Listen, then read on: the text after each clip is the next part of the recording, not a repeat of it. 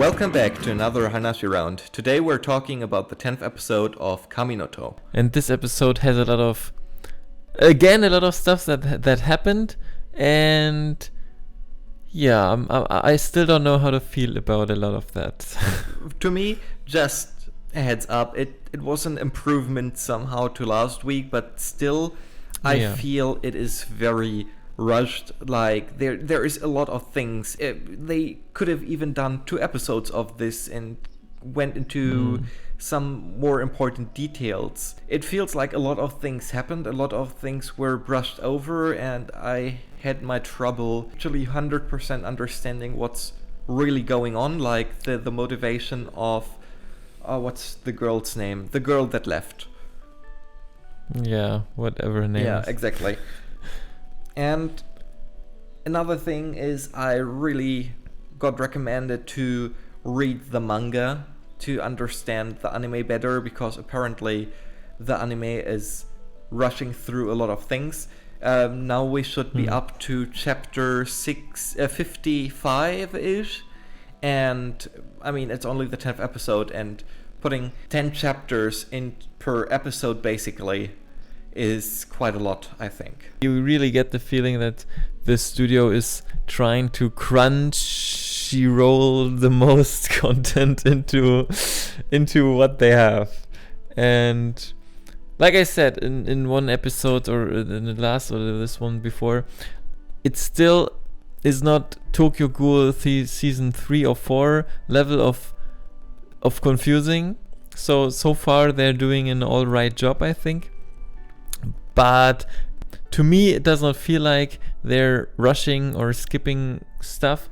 But now it kind of feels the pacing gets a bit interesting, to say the least.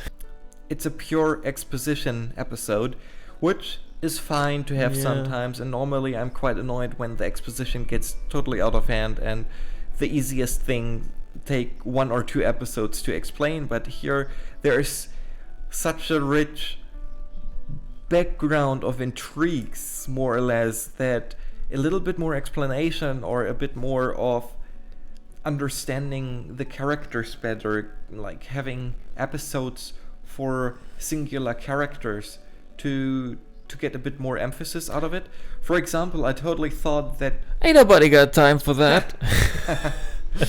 I totally thought that Kun was the guy who wrote the letter to Ho and to distract him, or is it another ploy that he is trying to... Yeah, like that's something I did not get. Like he went into his room or in someone's room and erased. That's the first thing. Erased his name from the friend list, right? From this friend list that was. So this is the first thing where I'm like, how did Kun even know? That's what I said some episodes before. If we would find out that he knew that this friend list is important for the progression later on, I would call it bullshit. That's what I said, and I'm still calling it bullshit, because no matter how smart he is, I feel it's very far-fetched to say that he knew that this list that they just like did for some assignment was so important that he would go out of his way, break into someone's room and erase his name from the list just to make sure that... I mean, like, I feel like he shouldn't have known that. Yeah. No matter how smart he is. Exactly. He is too overpowered in his way of knowledge. He almost has... the game knowledge instead of just character knowledge, and that makes him difficult as a viewer to follow, because we are missing lots of information, and there's lots of information we haven't been shown, given, or seen yet, which is kind of unfortunate for him, because he is quite cool. He's really interesting, and I like him. I like him as a character. I want to know more about him. I find him more interesting than Yo. That's not difficult. but I have like I said before, I have my problems with these super smart, perfect characters. And also for Kun, like he's one of those characters where so far there's no explanation given. He is just like, he's super smart, accept it. Viewer, you lazy bastard, enjoy it or go fuck yourself. Right. And and I don't like that. I just don't like that. Whatever. It makes That's it just not more difficult to relate to him, and makes it difficult to enjoy what he is doing. I mean, if it's something like Light, who was super smart and outwitted everyone, but there was still an explanation. We were still able to follow his thoughts and some of his actions. Right. It started to break apart after a while, of course, when we weren't able to follow his actions anymore, and then the character of Light was totally lost to me, at least. To a chimp that wrote the rest of the story. It just takes me out. I'm not like intrigued or like, how could have he known that? I'm more like, that's total bullshit, the writing.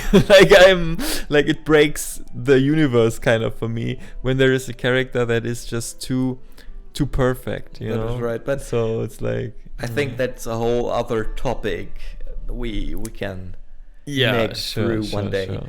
And another thing, I don't know how important it was that Rak got humbled, that he was turned into a Chibiwani. Yeah. I mean, it's cute for the moment that we have Chibiwani and they can make fun of him and he is there, but I really hope by next episode it's all gone and he grows up again, because that's too silly for the moment or for the tone.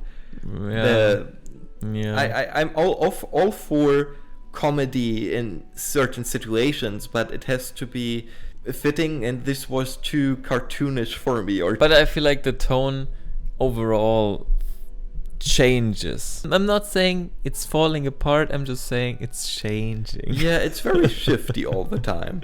Sometimes it's here, sometimes it's there. I got a small feeling that we somehow get certain stereotypes and tropes. There was this hint of Anak becoming tsundere, and it gets me worried.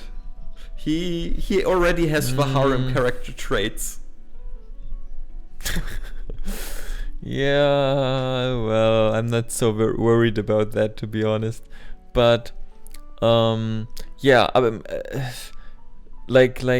like you said in the beginning, like stuff happens, and I'm like there are two different ways of plot. I feel like that is evolving, and I don't get why it's happening. And in one case, it feels like I don't have to know, you know. Yeah. Sometimes it feels like I don't know, Matrix kind of style or something. It's like obvious. It's like obvious that there is a mystery that is not explained. You get details, but you're not supposed to understand it. And here, I don't know if I'm supposed to understand it. Like with this creature in the cheap costume, let's say it like that tries to kill the Ranker, and I'm like, and he's there like, and you're like a spy from the Jihad, and I'm like, what the name, whatever that is, not the Jihad, that's something different. We have to cut that out. And this is like, and it kind of bums me out, like when I don't know.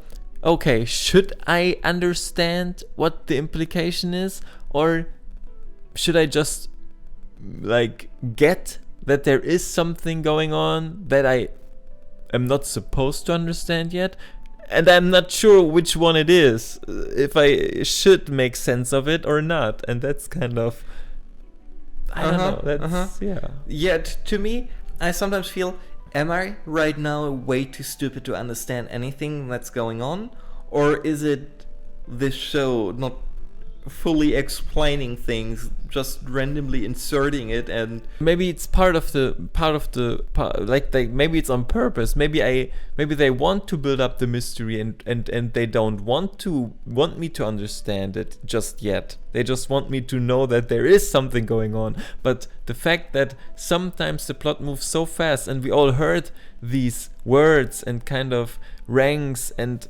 we heard that before, so I don't know if I should make sense of it or not. So that's kind of, I don't know how I should call that, but yeah, that's kind of sad. So apparently, but this, and I don't know what, and that's the thing. So the from what I understood, and with the later revelation of the administration kind of thing is. And I don't get any of that. Yeah. Like, so we have the tower, and the tower is there for testing people if they can harm the tower. That's already makes no sense. Then we have this kind of king of Jihad, I guess, if that's correct. And he kind of he opened the door on his own, whatever that is. So he became the administrator. Yeah, well, he took the administrator's test. Apparently, the administrator's test is something else entirely than just the test of them climbing the tower. And I didn't know where this is coming from. It felt so out of place for the moment. Yeah. And also that the king wasn't the king beforehand. He became the king because he took the administrator's test and won. That's what I not understood. Is that how it was? I felt like he was the king. Like being the king and the tower are two different things, and he's just the king and was like, okay, now I'm going to become administrator of the tower. And I don't know, was there no administrator before that? Are there several administrators? If there are several administrators, what even is the implication of being an administrator? And I thought they answered to the king because he's the king of the tower, or he's King Jihad. I don't know. He seems to be something like a supreme ruler of this world, but apparently this tower is outside of that world, or not? Right. That's how it felt. It makes it really difficult for me to grasp the whole situation. I guess at some points we're not supposed to fully grasp everything yet. I mean, Yoru definitely doesn't know everything that's going on, and he has to learn about this stuff, but it would be nice to learn about it together and not just have things happening off screen and then get them in front of your nose and be like, yeah, deal with it. Right. I mean, like, and maybe I'm remembering this wrong, but help me out here. So this Ranker boss battles this giant worm and kills it, and it's like, okay, I know that you're a spy from the king, and you're here to kill Anak and retrieve the swords. So far, so good, right. I guess. All right.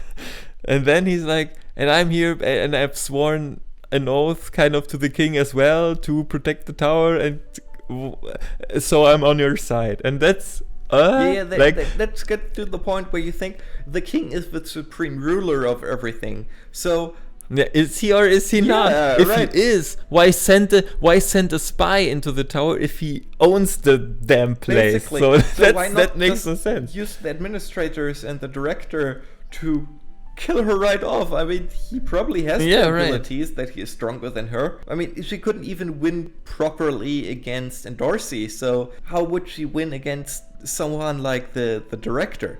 And that's what I don't get. So so the only thing I can make sense of it is we have the tower and we have the king, and those are two different entities, and maybe even the tower is more important than the king.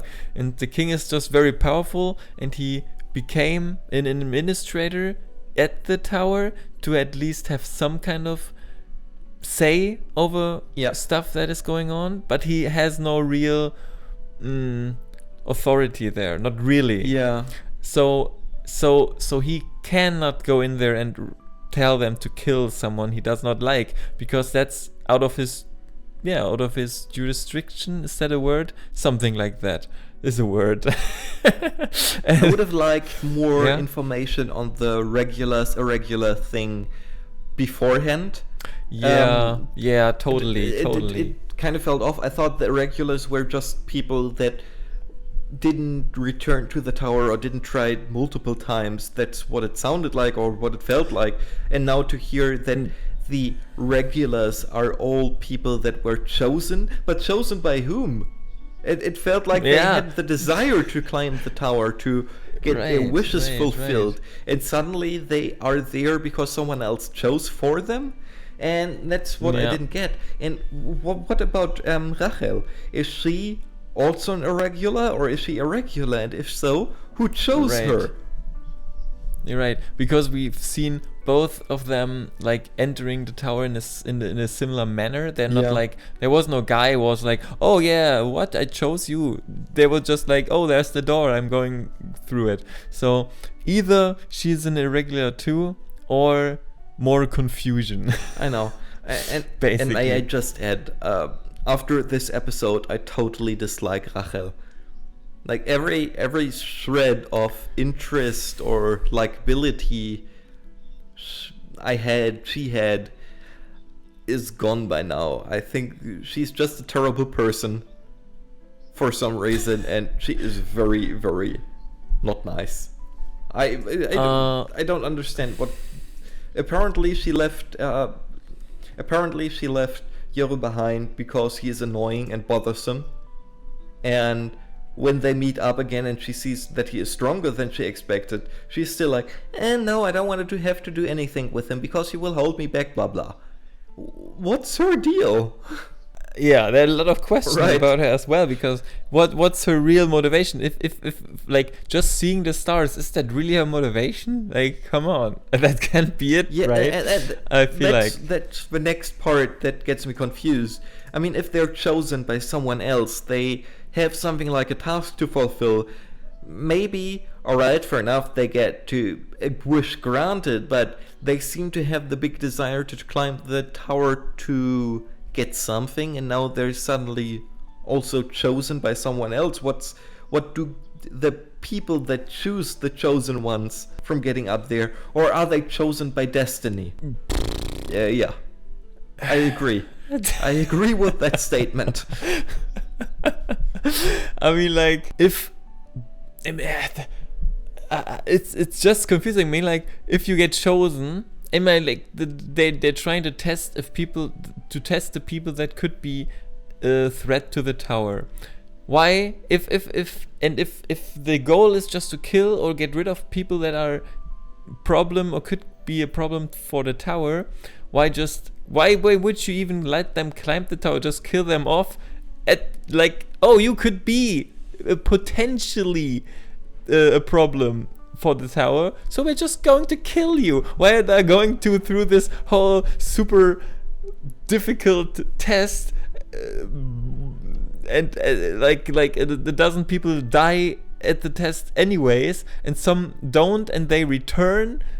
I mean, like, this makes no sense. Just kill them. It's very convoluted. It's like a super convoluted plan by some kind of super villain who is like, haha, I got the Avengers here. Let's do a test on them, instead of just crushing them right then and there and making them grow stronger by doing the test. Also, I really dislike the point system because I don't get it.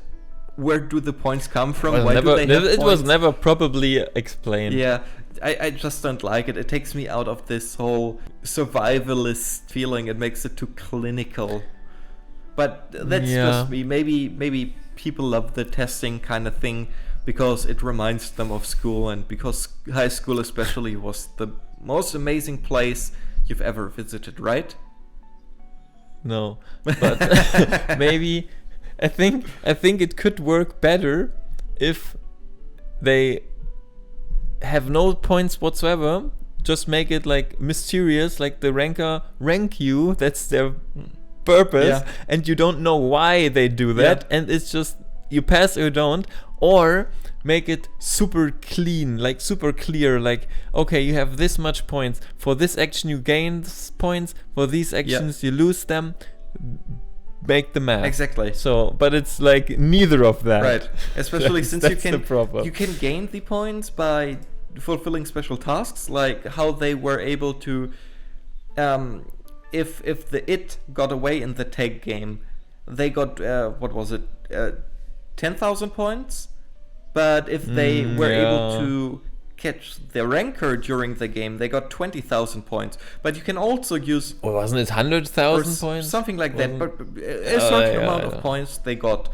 But then also, they can use the points for food, or if they're injured, they get taken care for. And like in Dorsey, after she broke her foot, all her points got taken away, and apparently she ranked quite high beforehand. So, seriously, I don't get it. In any case, let us know if you think we really should read the manga and include whatever happened up to the point in the manga, and maybe try to explain more of it or make more sense of the episodes, or if you think we're just really dum-dums that don't get like, whatever is happening there. It's just this. Yeah, I mean, like, two things I have to get off my chest right. from this episode. First, this green dude in the robe, I hate him. Yeah. he's not an good unlikable character. He's just a bad I don't feel like he's like an unlikable, annoying kind of character. He just takes me out. He's just so out of place. He looks like from a Disney villain side character. Yeah. And he acts like it as well. He just not fits this universe for me. I hate this dude. Yeah. And second is, we totally brushed over the fact that Yoru is taking the administrator test. You're right. We don't even know what that means. We don't know what the implication is of him. Like, yeah, we know that if he passes the test, they apparently can like change the rules so that Rachel can continue climbing the tower in a way. Yeah. And they get a shorter passage to the top of the tower. Whatever that is. Yeah. So, I don't know. I mean, like, administrator sounds like a very important title, but I feel like if he would make that and pass the test, and if it being an irregular, if that is such a bad thing, why just not kill him now? Exactly. I don't know. Especially with the king, he somehow has a big problem with others having too much power. Like, he is collecting all the Jihad princesses, but they're not permitted to have offsprings, have sex, have any relationships. They're basically trophies that he collects because they're really powerful, most likely incredibly pretty women. But but then what's the point of allowing others to climb up there anyway? I mean, if he's killing off basically his surrogate daughters, why not kill off everyone who is a potential threat to him? Right. So either there's going to be a revelation, or like, not a revelation, but someone who is just giving us a explanatory episode of how the power system works, or like the government works, and who has what authorities, or we're just not going to understand any of it. Yeah. And like I said, in a certain way, this wouldn't be a problem, but this show makes it seem, or I get the feeling that I should understand it by now, and that's kind of annoying because I'm always doubting myself if I'm too stupid to understand it, or if the adaptation is too bad to understand it. That's also a thing that could be possible, or if I just not supposed to understand yet. And just the show makes a bad job at explaining what I should understand. Not explaining, just letting me know what I already should or shouldn't understand. It's more, That is absolutely right. I'm very often very confused, and it takes me out of the enjoyment I have for this anime. The not clear-cut focus of this show, or the narration, let's say narration. The narration is quite off at times. For an example, if someone is going to be like, oh, they're just complaining. I mean, like, I feel like I should not know who the king is and what kind of power he has over the tower and all of that stuff. Yeah. So I don't need to know this explanatory dialogue between the sheep costumed person and the ranker. It would have been alright to know that they're planning something together and there is some intrigue going on, but giving me details about the intrigue without even having context to that. That's the problem, I feel like. Just to make sure that I get the point across to the 5 people that are listening. Yes, that's what I'm you're right. not getting. Also, I think our problem is we don't really want to bash the show. We saw the potential, we liked aspects of it, but it occupies my mind quite a lot, I think about it and want to make sense of the things, and during our discussion I just realized, well, I'm not alone here, and we both have trouble understanding certain points of the whole thing. Like I said, nothing against mystery, but I think the way it gets presented, in my perspective, isn't ideal. That is right. Let's find 2 things that we liked about this episode. I kind of, I'm on the opposite side from you, I guess. I liked Rachel's character moment, despite her non-existing or not explained yet reason to climb the tower, or maybe stupid reason to climb the tower. I liked that we see her like at the bottom of her existence, kind of like, and I like the fact that there are like these implications. I mean, like, I hope that she remains in the wheelchair, for the seriousness of it. I'm still confused about how it feels like an escort mission in some video games, that they always have to kind of drag her around and make sure that she's not getting killed by some random stuff that's happening. So I'm not sure if it's going to get reversed just for plot convenience, but I hope not. I just hope it stays that way. And I don't know, I'm still not sure, to be honest, about her real intentions. Maybe I'm reading too much into it, and maybe it's more shallow, this whole thing, than I want it to be. But at the moment, I feel like it's possible that she... I mean, like, Yoru wouldn't have abandoned her either way, but this way... And like she appeals maybe even more to his emotions by being like, oh, I'm a terrible person, just abandon me. Knowing very well that he won't do that. Maybe. So I'm not. It would be very. So cool. I'm not sure if that is a trick. It would be very cool if she was a calculating monster and is manipulating him from right to left. I mean, it would be a nice contrast, especially to Kun, who is manipulating people all the time, but he has a thing for Yoru for some reason and really likes him. So he tries to do everything to help up Yoru, almost putting himself in the back burner because Yoru is more important to him. And it would be fun to see Rachel doing the exact opposite. Like, she is calculating to manipulate Yoru especially, while else she doesn't care for the others, but she is manipulating Yoru to do her bidding. And also in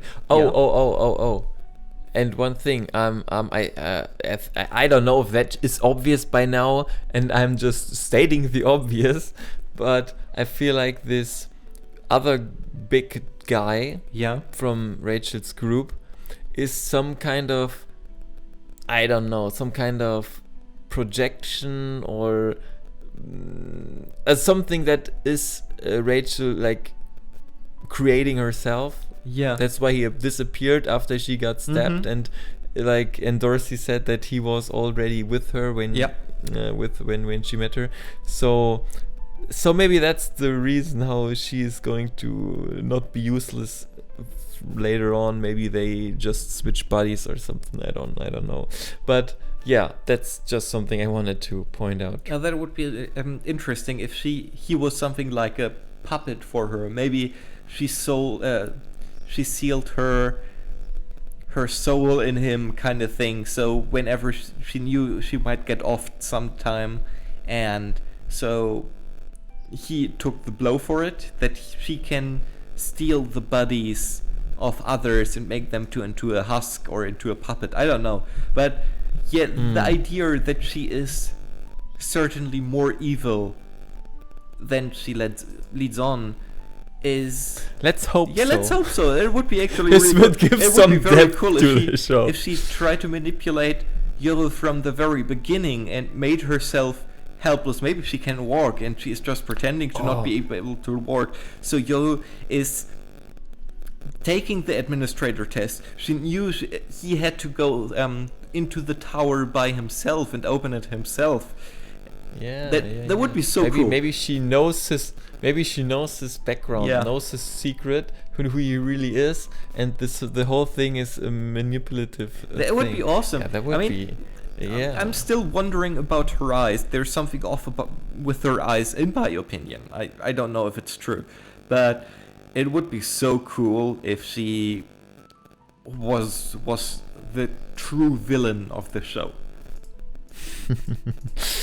Well, I guess we have to wait and never find out, in case Crunchyroll isn't going to give it another season. But I think I'll just read the one manga. more season. Okay, it's decided. I'll read the manga. And just tell me about it. I will never read it anyway. But yeah. All right. Well, thank you for enduring this very, very long episode of our Hanashi round. But Right. I think there was actually lots to talk about, and it was quite important to let out our feelings to this.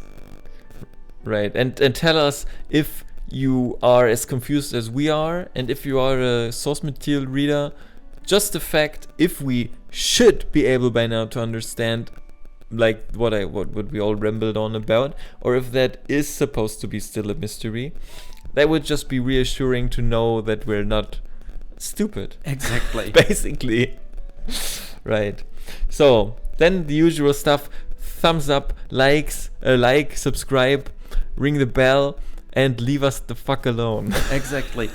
Leave us the fuck alone with a comment down below.